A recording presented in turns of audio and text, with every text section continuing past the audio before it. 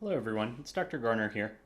In the previous video we were introduced to measurements, which we saw always contain a number and a unit.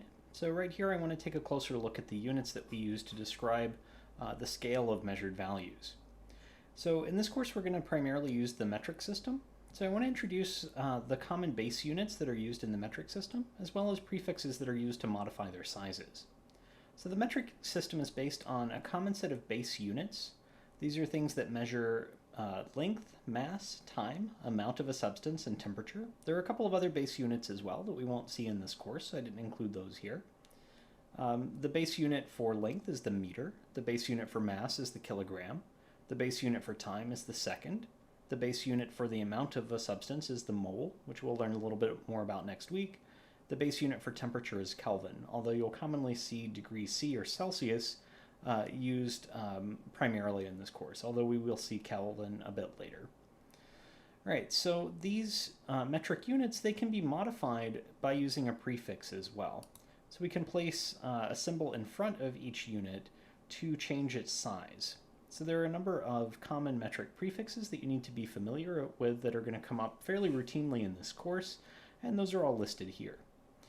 So generally the way this works is by placing one of these prefixes in front of one of these units, you can modify the size of that unit. For example, a kilometer or a km would be equal to 1,000 or 10 to the 3 meters. So 1 kilometer would be 10 to the 3 meters. Similarly, as another example here, if you had a millimeter or an mm, that would be equal to 1,000th or 10 to the negative 3 meters. So all these prefixes work in this same way. So prefixes down here at the bottom are smaller, prefixes up here at the top are larger. So for example, a picometer would be a very small unit of length, a megameter would be an extremely long unit of length. And you can use these abbreviations or prefixes to modify all sorts of different units. It's not restricted to just these. You can use these for any other unit as well. All right, there's one sort of special prefix that I want to introduce as well. It's not really a prefix, it's just another unit that you'll sometimes see used in this course, and that's the unit of an angstrom, which is a special unit that's only used for length. So 1 angstrom is equal to 10 to the negative 10 meters. So it's a very small unit of measure, but it's about the same size scale as an atom, so it tends to come up quite a bit in chemistry. And this unit of an angstrom, it's abbreviated with this capital A with a little small circle over top of it. So again, it's not a prefix exactly, but it's just a different unit of length that you'll sometimes see used. So these prefixes, it's important to know these values. It's important to really be comfortable using these. Specifically, kilo comes up a lot. Milli comes up a lot. Micro and nano come up a lot. Those are really the most important ones here. But you'll see all of them from time to time. All right, so in addition to our base units, the metric system also involves a number of other units as well that are known as derived units. So derived units are made by either combining or so either multiplying or dividing these different base units that we have together to obtain new units. And volume is a good example of one of these derived units. For example, if you imagined having some cube that had a decimeter on each side, that was 1 decimeter in length on each side, the volume of that cube would just be those three values of a decimeter multiplied together, and that would give you your volume of this cube. So volume is derived from these units of length here. So a decimeter cubed is the basis of defining the liter. So all of the other metric units that you may be familiar with are derived from these base units in some way or another in this fashion. All right, so let's take a look at an example problem here. In this problem, we're being asked to convert 8.2 kilometers into micrometers. So we're being asked how many micrometers are in 8.2 kilometers. So let's start by thinking about what micrometers are. So in that last slide, we saw that a micrometer, which we abbreviate here with this Greek letter mu as a prefix, is equal to 10 to the negative 6, or 1 millionth of a meter. So you could also write that as a fraction, so 1 micrometer per 10 to the negative 6 meters. You could also invert that fraction if you wanted. You could say 10 to the negative 6 meters per 1 micrometer. And of course, this fraction just simply equals 1, since the top and bottom of the fraction are equal to one another. So you can multiply by this factor here, and you would just simply be multiplying by 1. You could do the same thing with kilometers, since we're also involving kilometers in this question. So we've seen on that last slide that kilo means 10 to the 3 or 1,000. So 1 kilometer would equal 10 to the 3 meters or 1,000 meters. Just like before, we could write that as a fraction. We could say 1 kilometer per 10 to the 3 meters, or you could say 10 to the 3 meters per 1 kilometer, either way. All right, so now let's think about how to approach this problem. We want to start by what they're giving us here. They're telling us that we're starting with 8.2 kilometers. Now what we want to do is we want to do some operation, either multiplication or division, that's going to cancel out our units of kilometers here and ultimately give us units of micrometers. So of course this is going to be a couple of steps. We can use our conversion factor over here on the right to convert from kilometers to meters. Then we can use the one on the left to convert from meters into micrometers. So let's do that first part here. Let's convert from kilometers into meters first. So I have 8.2 kilometers. And I either need to multiply by this conversion factor or multiply by the reciprocal of this conversion factor. And you'll see if I multiply by this conversion factor, I'm going to get kilometers times kilometers divided by meters. So my units aren't going to cancel out. What I want to do instead is I want to multiply my 8.2 kilometers by the reciprocal of that conversion factor. So if I multiply 8.2 kilometers times 10 to the 3 meters per kilometer, now my units of kilometers are going to cancel out on top and bottom. So I have kilometers divided by kilometers, so I can just cross those out. I can cancel those out.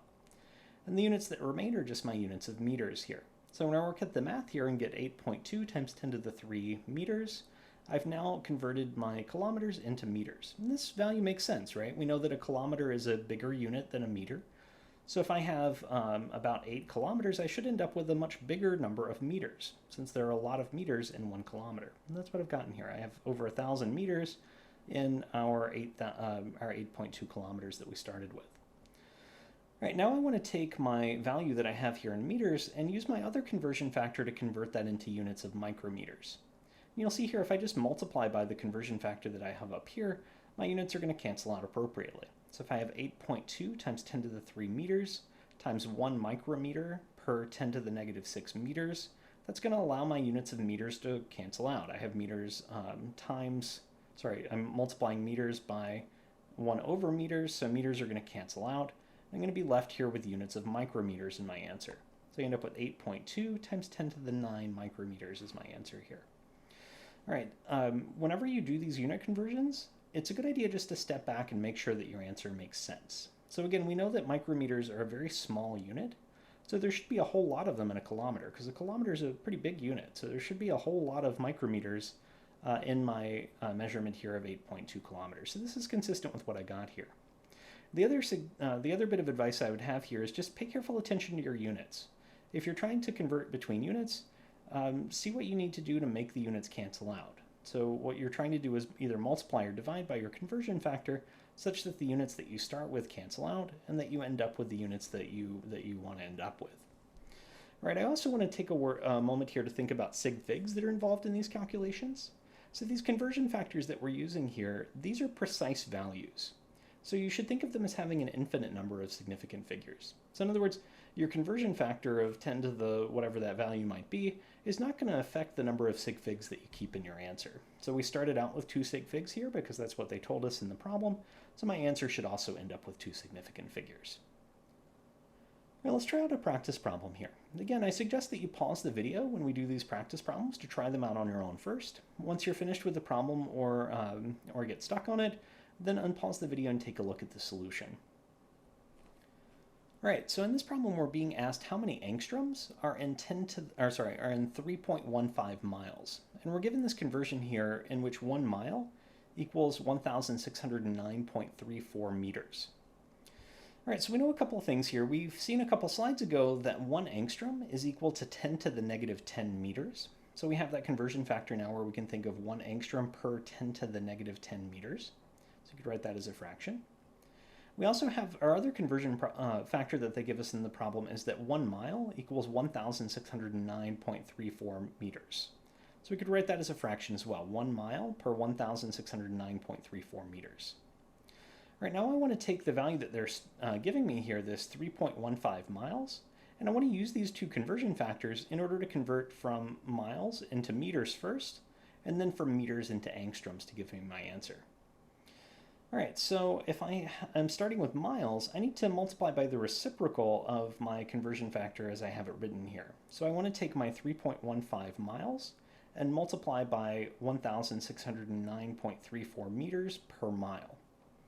If I do this, my units of miles are going to cancel out, so I can just cross those out, and I'm going to be left with units of meters in my answer. So when I multiply this out, I'm going to get 5,070 meters.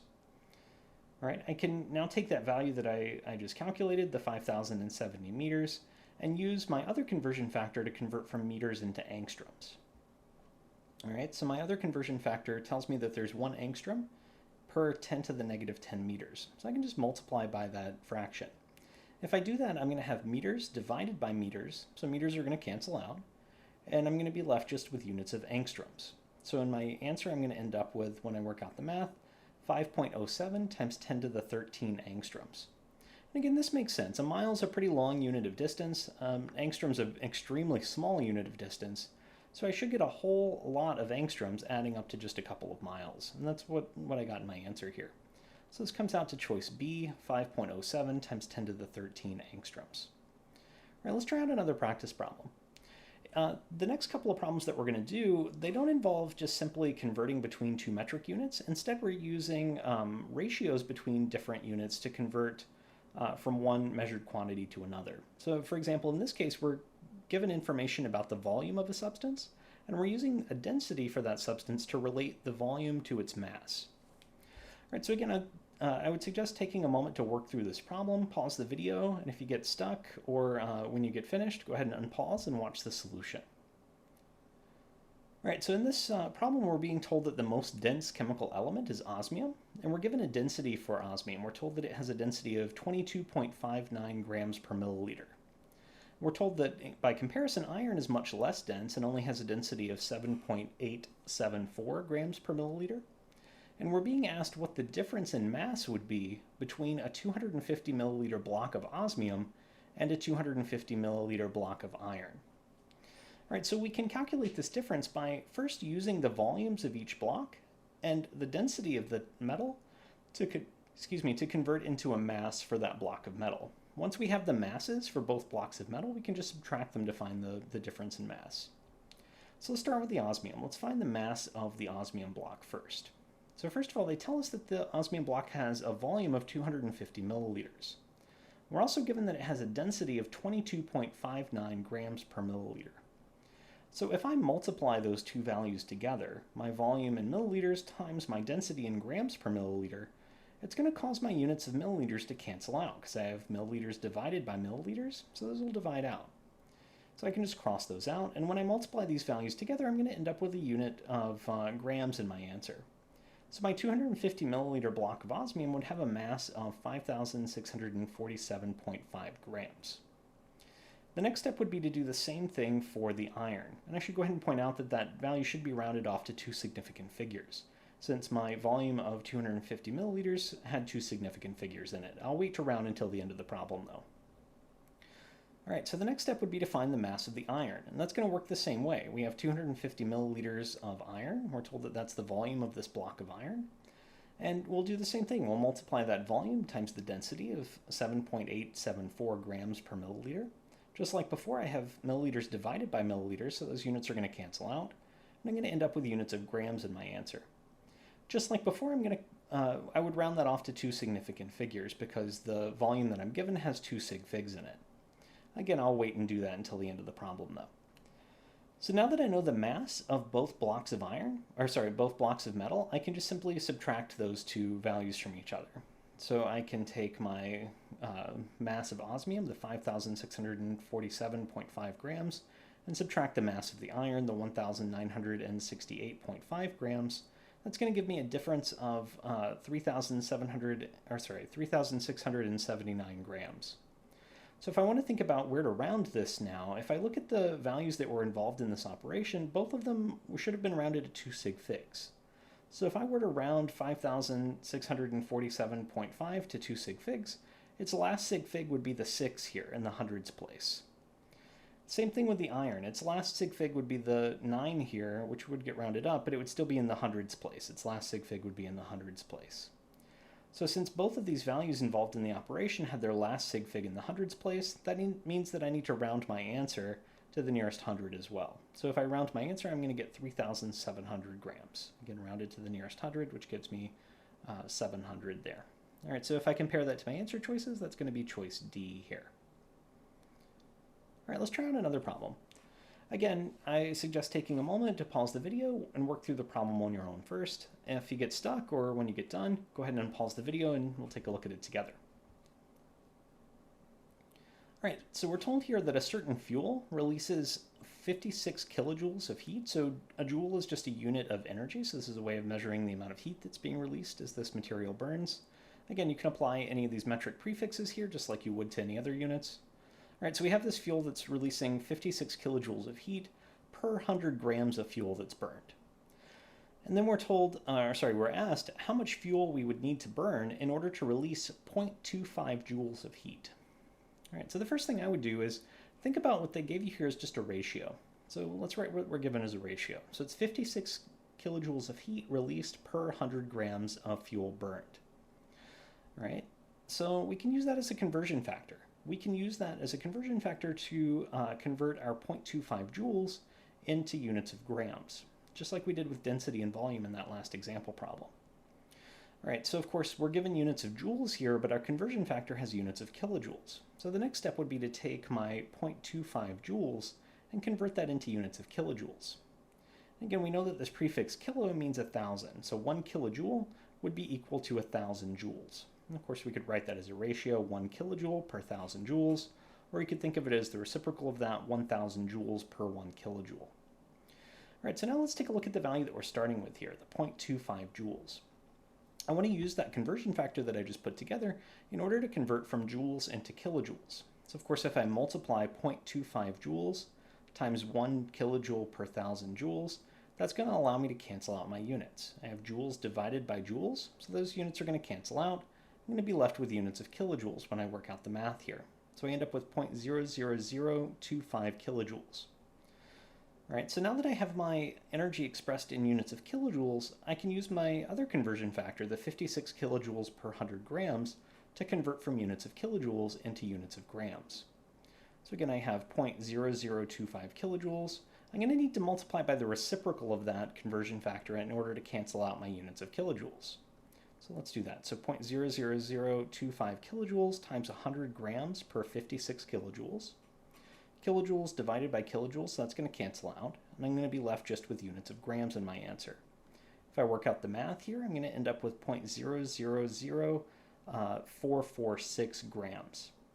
In terms of sig figs here, both the heat that I was given of 0.25 joules and the heat released when 100 grams of material burns, 56 kilojoules, both of those had 2 sig figs, so I need to keep 2 sig figs in my answer as well. So that's going to round off to give me 0.00045 grams. If I express that with scientific notation, that's going to be 4.5 times 10 to the negative 4 grams. So that's going to give me choice B. All right, we'll stop the video here. I'll see you guys in the next section.